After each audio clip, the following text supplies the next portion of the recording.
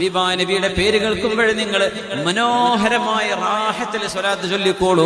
അത് മദീനയുമായി നമ്മൾ പണിയുന്ന പാലമാണ്.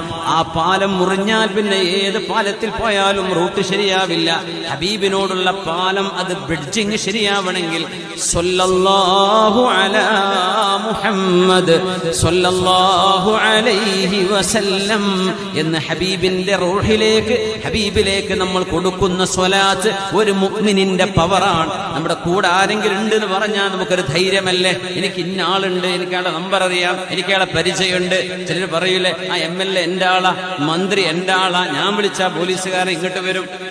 ഇത് ദുന്യാവിൽ നിങ്ങൾക്ക് പറയാൻ കഴിയുമെങ്കിൽ ഞാൻ ഹബീബിന്റെ ആളാണെന്ന് പറയാൻ കഴിഞ്ഞാൽ നാളെ രക്ഷപ്പെടും കേട്ടോ. അതുകൊണ്ട് ഹബീബിന്റെ പേര് കേൾക്കുമ്പോൾ ഹബീബിന്റെ സൂചന ളമീറുകൾ മടക്കുമ്പോൾ പോലും സ്വലാത്തു ചൊല്ലണമെന്നാണ്. സ്വല്ലല്ലാഹു അലൈഹി വസല്ലം